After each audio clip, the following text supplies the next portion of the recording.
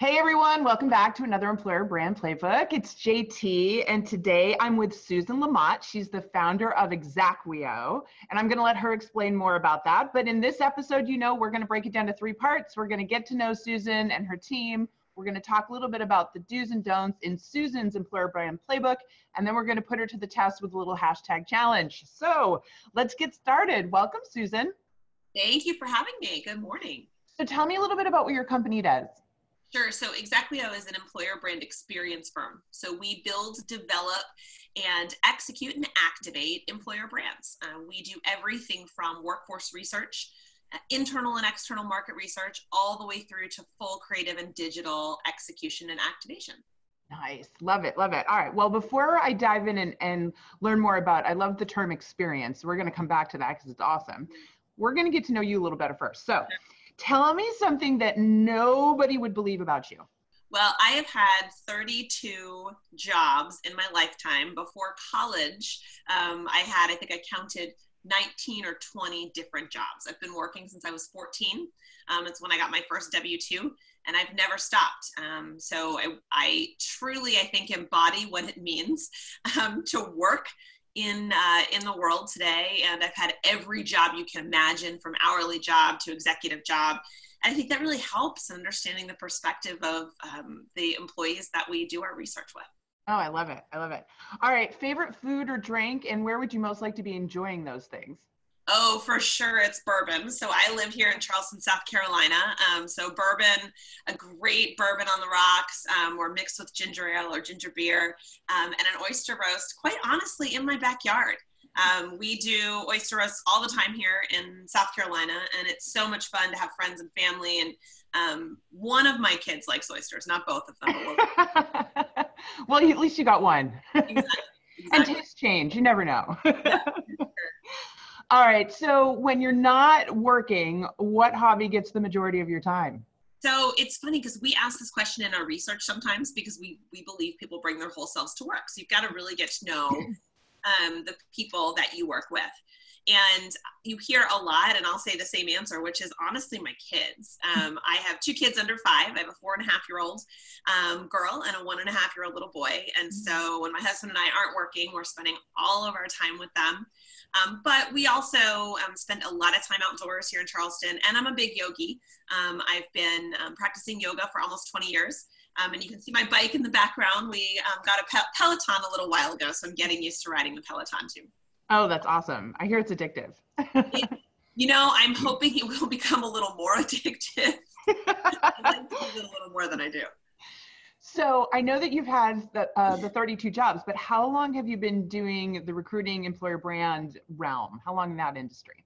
So my very first, a little over 20 years, my very first recruiting job was as a staffing and recruiting coordinator for Arthur Andersen in the late 90s. And I was working for their Office of Government Services in Washington, D.C. as a young 20-something.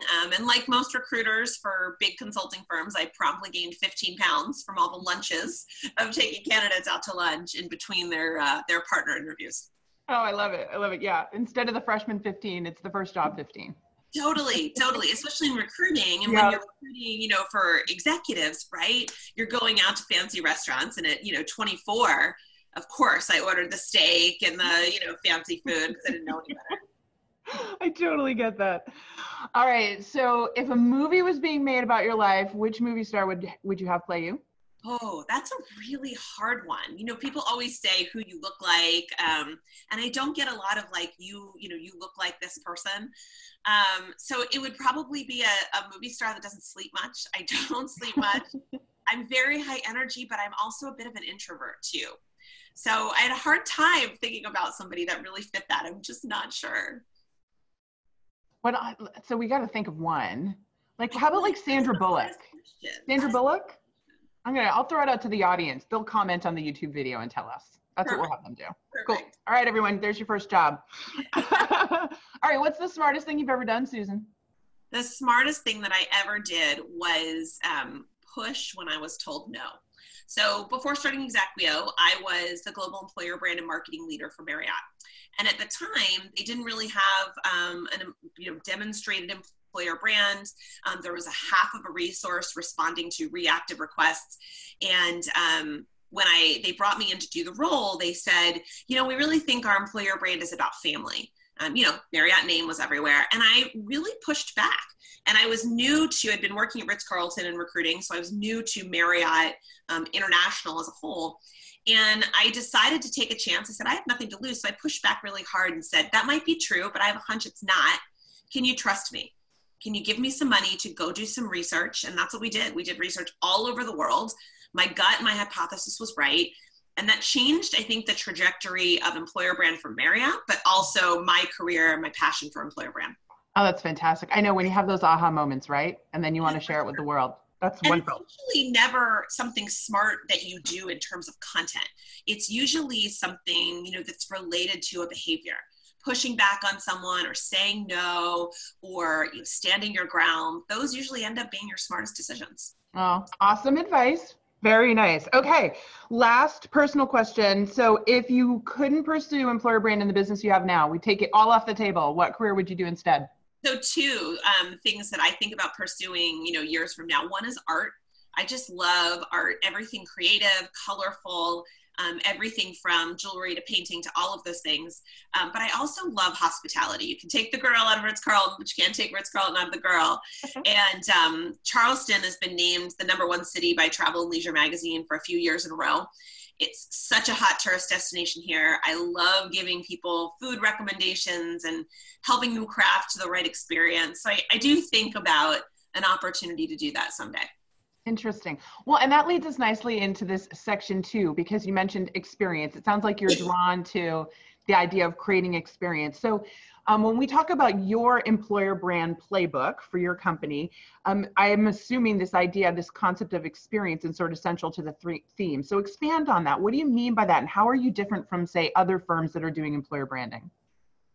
So we often think about employer brand either as execution, right? That you should just go out and create content and that's your employer brand. Or we think about employer brand as a project or an initiative. And that's not the case at all.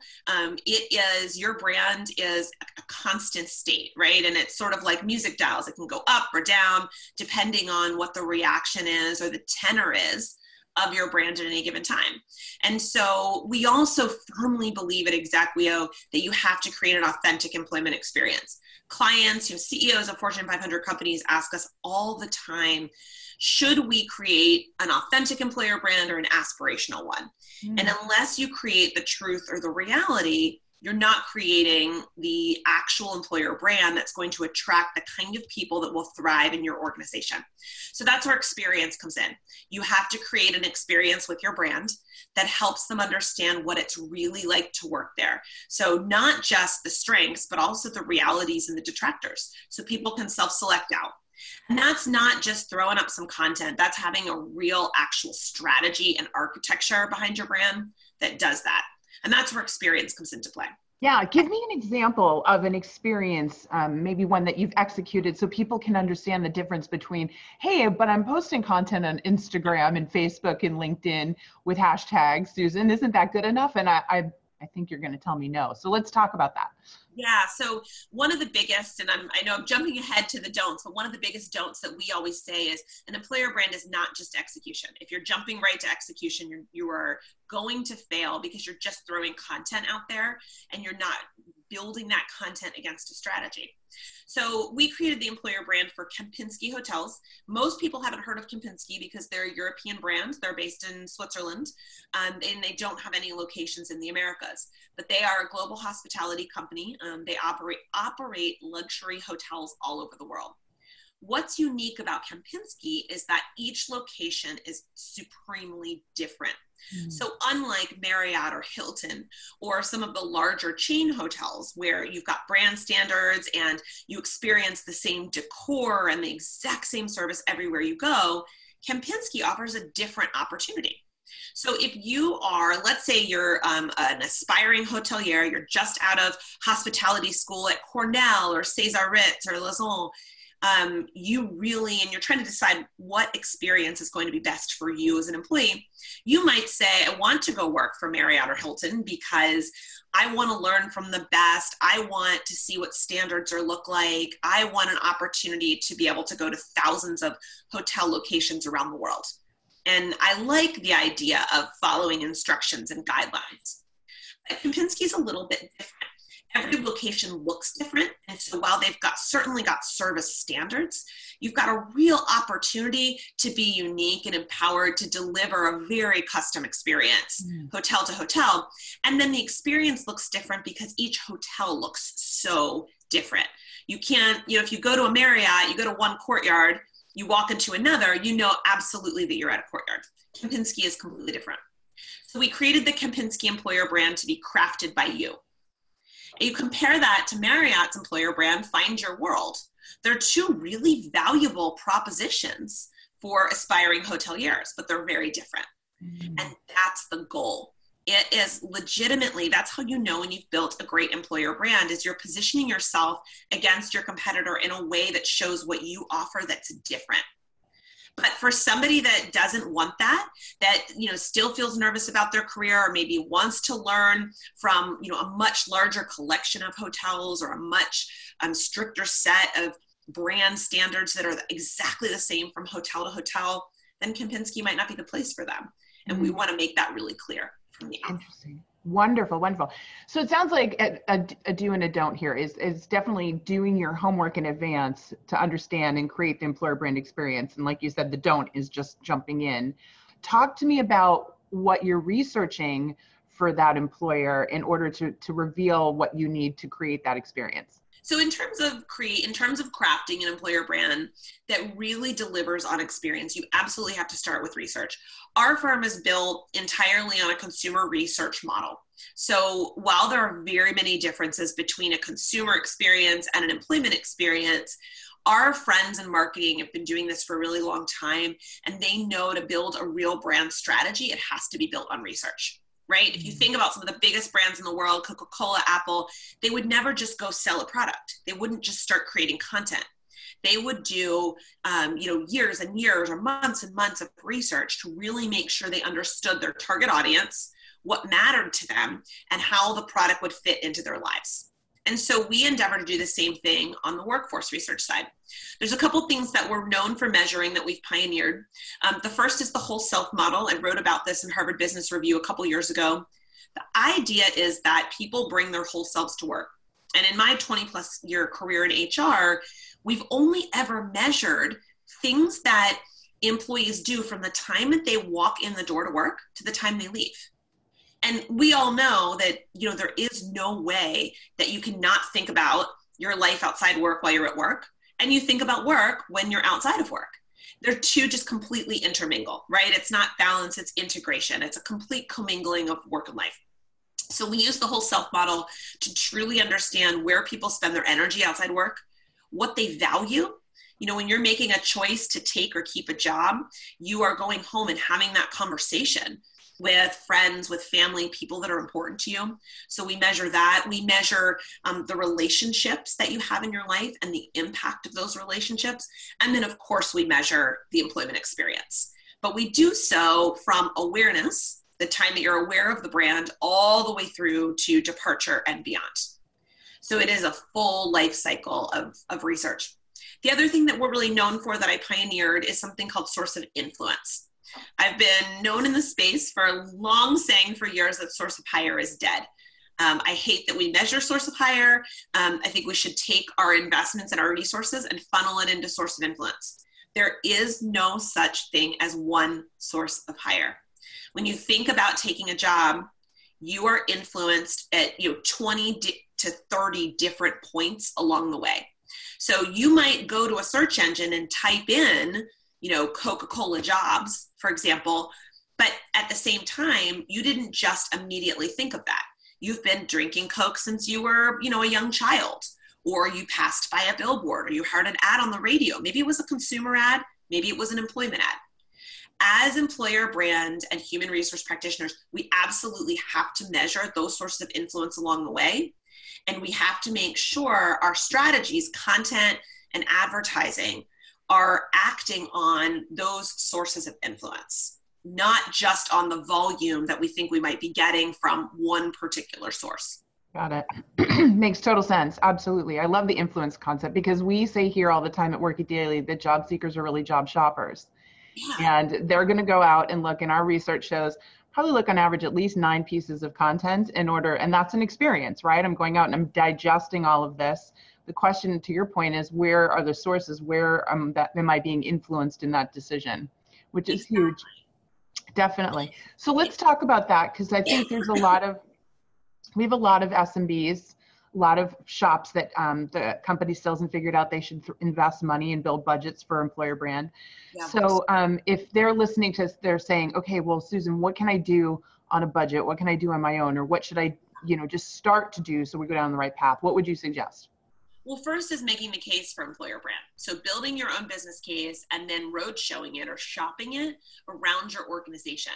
Don't go right to the top and ask for money. Go to different key players in the organization. At Marriott, I had one executive in Asia. He was really passionate and had a particular hiring need in Asia. And so he was a great test case for us. And so when you get those people that have the need, you show them how employer brand can solve the need. They can help make your case for resources. So that's one way. Another way is to start and do your own research. Third-party research is always going to be more valuable because it's unbiased, because people doing the research, like Exaqueo, we don't have a stake in the game, and they're practiced, right? We don't just get a bunch of people together for a focus group and start asking questions. There's a lot of rigor that goes behind that.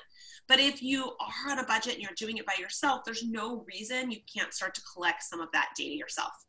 The one thing you can do that's different, that doesn't cost any money, is think carefully about the questions you're asking. Don't ask the same old questions. Why'd you take this job? Or, what makes you happy here? That stuff's important, but you've got to dig in much more deeply to those sources of influence, to why they stay, to what are the realities of the job. If you think about 2 questions, you could ask somebody, oh, why do you stay here? What's great about this job? Or you could say, what are 3 things that someone needs to know about the reality of working here and why it's so hard? You're going to get great information from both, but it's going to be so much more rich, the information you get about that reality question. And that's going to help people self-select out, which is really what you want. Interesting. So it really comes down to asking questions that are revealing the experiences your existing employees are having as a way to start to identify patterns and things that you might want to brand. Does that sound correct? It does. And the only other thing I'd add is going beyond quantitative to ask qualitative questions. Almost all the data we collect in an HR is quant. Quant data is amazing, don't get me wrong, but you can't ask why. So even on those engagement surveys or those job sat surveys, or there's those new hire surveys or career site surveys that you're doing, all of that data is valuable. And yes, you've got open-ended comments, but until you ask why, you're not getting at the emotion of the experience. And brands are all about emotion. We have relationships with brands because we're emotionally connected to them. And that's what we need to do when it comes to employment. Awesome. Okay. So then I think last question, any other do's or don'ts you want to make sure the audience knows about?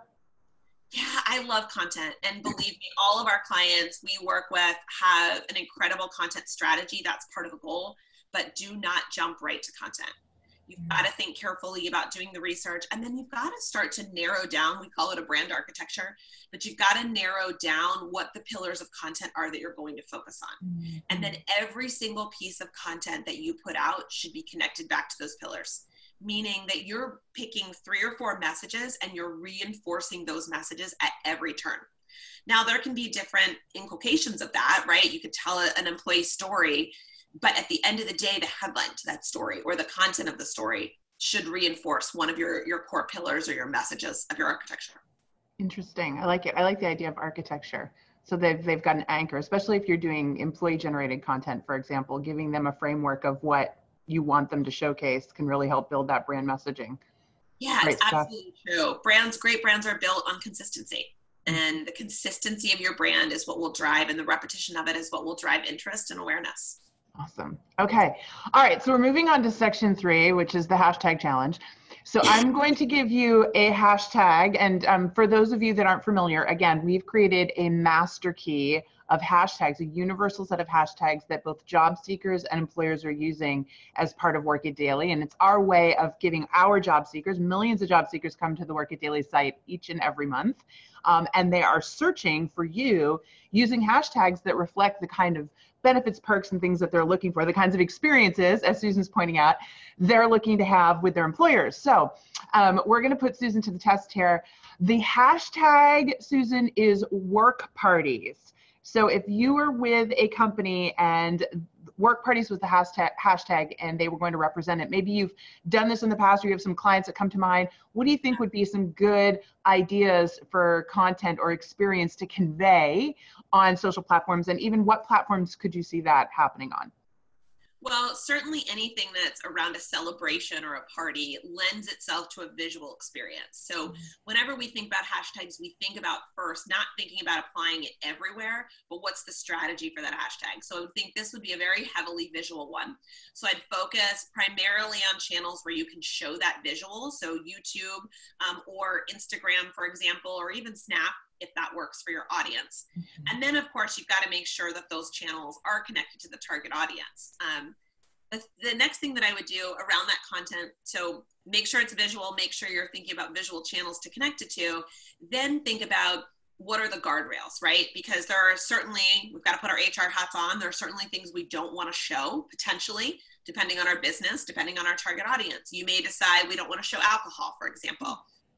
Some organizations do, some don't. And so you'd want to make sure that you've got some guardrails around how best to capture that content. So you don't get this amazing piece of content about a holiday party that you have, and then there's a bunch of alcohol in the background that you can't, cut out or edit out. So that's the next piece. And then third, I'd narrow it down to a couple themes of parties that you want to show. So it's one thing to just have a cool hashtag, but let's say one of your pillars in your architecture is that your environment is fun and you've got a great camaraderie, and that's what you're trying to showcase.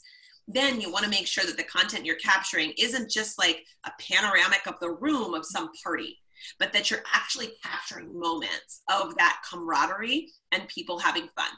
And showing it in a way that, again, aligns back to that brand architecture. And that's what's really key. I think the biggest mistake people make with hashtags is, oh, fun, work parties.